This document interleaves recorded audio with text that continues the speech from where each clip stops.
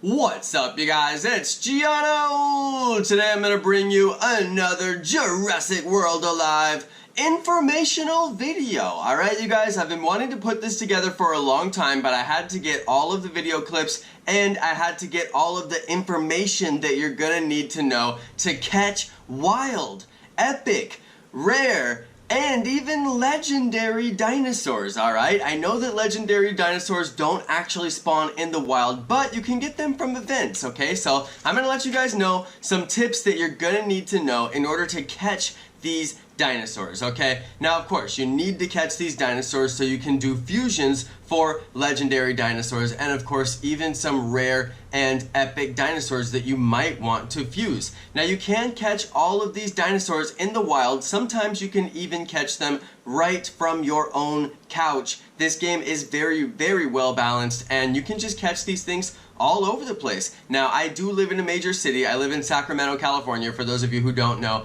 and I'm able to just open up my game any time of the day and I can catch all kinds of great dinosaurs within my house. I also pay for the VIP because I've got so many dinosaurs in the 200-meter range that it's actually worth it for me to pay for the VIP. So I pay for the VIP for the extra range. Now, you can get wild pyro, wild baryonyx, wild sinoceratops, wild T-Rex. I mean, you can get wild pretty much anything in the epic category by simply going out for a walk. I go for a daily walk, and oftentimes I go for a nightly walk, and you will get different dinosaurs depending on what kind of time it is. Now they've got a morning time, they've got a daytime, they've got the evening time when the sun is like setting in the game, and they've got the nighttime, and they will spawn different dinosaurs. And if there's a dinosaur that you're chasing and the time changes, which means that the background changes, the dinosaurs reset. Some of them will reset, and the rares and epics will reset. So if you think that the time is about to change, you better run and get that dinosaur, because it has changed on me before and that can't happen. So anyway, you guys, what's another tip to go ahead and get those epic and rare dinosaurs that you're looking for? Well, this right here is some footage of me driving on the freeway. Now, I'm not actually driving, I'm just a passenger, and I'm sure that you have all kinds of situations in your life where you are a passenger either on the freeway, or maybe you're commuting on the bus or commuting on the train, or all kinds of situations. And this game has no speed lock, so you can actually open the game and get all kinds of good catches off of the freeway. And as you can see here, you cover ground really fast on the freeway, so you have a much higher chance to encounter rare and epic dinos. You just want to make sure that you encounter them at the right time. You need to get close enough and basically be close enough to where you have the green button. Make sure you don't have the yellow button if you can avoid it, okay? If you can get closer. Now, the creatures will escape on you, you guys. That one basically escaped at the last second, so it didn't matter. But they can escape on you, and I definitely want you to know about that. Try to get that DNA as fast as possible. Now, this is an interesting clip here. This is showing you guys the difference between a wild dinosaur and event dinosaur. Now, you can get these event dinosaurs from the events, and you need to be aware of the events. That is my third major tip for you guys, okay? Make sure you are staying aware of the events. They will give extremely rare dinosaurs during the events. They give rare, epic, and yes, legendary dinosaurs during the events. Now, there is no difference between an event dinosaur and a wild dinosaur. I measured the time that you get on the battery for each of these two that were right next to each other, and they were the exact same time. So there's really no difference. You basically just want to get as many hits as possible and get as many direct hits as possible. Now, this is an event epic dinosaur. I'm only showing these for the purposes of comparison. I showed you guys a wild baryonyx. This is an event baryonyx, okay? There's really no difference, all right? They're very difficult to hit, especially when they're on the tail, and yes, they will escape from you, even when they're on the event, which is unfortunate because it's kind of like getting guaranteed DNA, but if they escape, you get less. So you want to make sure you hit as many direct hits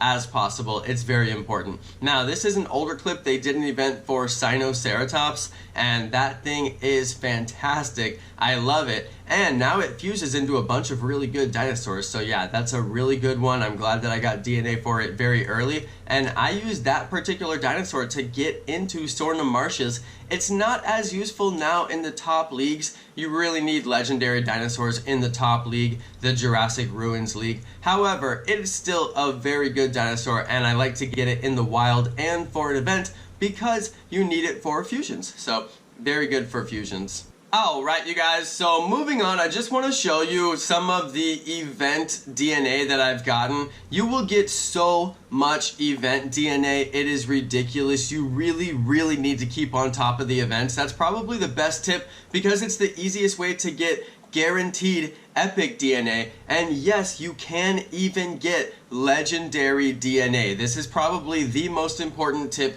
in the entire video. It's very rare that they do a legendary event, but if you don't know about it, look, it ends in 6 hours. It was a one-day event and you get one attempt on the dinosaur. You can see that I've got that dinosaur from an incubator one time, and I got it. I only got 4 DNA. I had 4 DNA unlocked. So an event spawn is so much more DNA than you would get realistically from an incubator, and it's very important to take advantage of these spawns because you can get the most DNA possible from a wild encounter, and these wild event spawns are fantastic. Now, it's very difficult to hit the tail. I was lucky that it gave me the free shot on the tail. I consider your first hit to be a free shot because if you don't hit that thing, then what are you actually doing? You know, you need to be hitting that first hit because they're not even moving. But on this one, the tail does move, so it's a little bit more challenging for the first hit. Now, I got as many direct hits as I could. I think I got 2 on there, but still, 51 legendary DNA is a really good opportunity, but if I was not paying attention to the events, then I wouldn't have known about that, and I could have possibly missed it. So don't miss out on the events. It's the most important tip. Now, I do want to give you guys some general strategy tips for farming DNA because you're probably under the impression that the best way to get DNA is from events and from wild spawns, but that's not the case. The best way to get DNA is actually from battling in PvP and getting these incubators that I'm showing you here. Now, you can get really amazing incubators that would cost you a lot of money just from PvP. In this case, I got an epic incubator from PvP. Now, that is phenomenal. That's like a $25 incubator right there, and here I am opening it. Now, this is some older footage that I had saved from previous videos, but just getting an epic incubator from a PvP battle is so clutch. I mean, that is thousands of DNA for commons, and that is going to give you such a boost, and you really can't get that much DNA from farming in the wild. It would take you hours. Now, another strategy, if you don't mind spending a little bit of money on the game,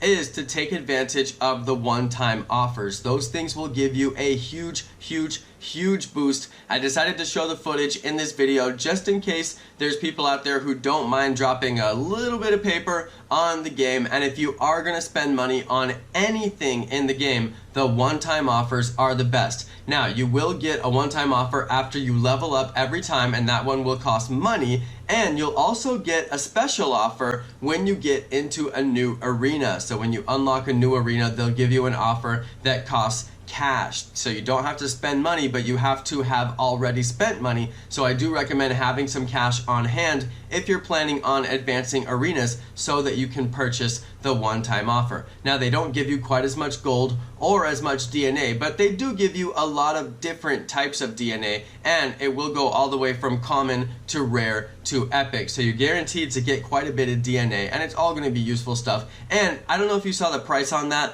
but it was very negligible. And if you want to see a more updated price on the one-time offer, I did that in my live stream recently, and they're really not that bad. I mean, they give you pretty good stuff, so I recommend doing them. Now, if you guys are really into spending on this game, like me, I'm very pay to win, and I've dropped a lot of cash on this game. The best way is opening up the paid incubators when they do offers. They will do special offers, and you'll be able to get a ton of DNA for legendary and even epic dinosaurs. Now the legendary incubators are probably the best and they have some phenomenal DNA, so get those. But if you can get a deal on a premium incubator, get those as well, because what they'll do is give you thousands and thousands of DNA for stuff that you actually need for fusions, and fusions are really important in this game. So you can see here I got almost 10,000 DNA for Velociraptor off of that. That's crazy. Dimetrodon is fusible, a lot of these guys are fusible. Dracorex is fusible, Erlikosaurus is fusible, so it gives you a bunch of fusible DNA out of these, and you really want to get all that fusible DNA so that you can get those legendaries later in the game. But that's going to be it for me, you guys. That is all the strategy and tips that I have for you for farming DNA and how to catch those wild spawns. And I do recommend getting out there and catching the wild spawns and having an equal mix of doing PvP battles and opening your incubators on a regular basis as well. That is the best way to get the most DNA and get high up in the leagues and become a top 500 player. Alright, you guys, that's going to be it from me. Thanks everybody for watching my videos. Thank you to my amazing subscribers, and peace!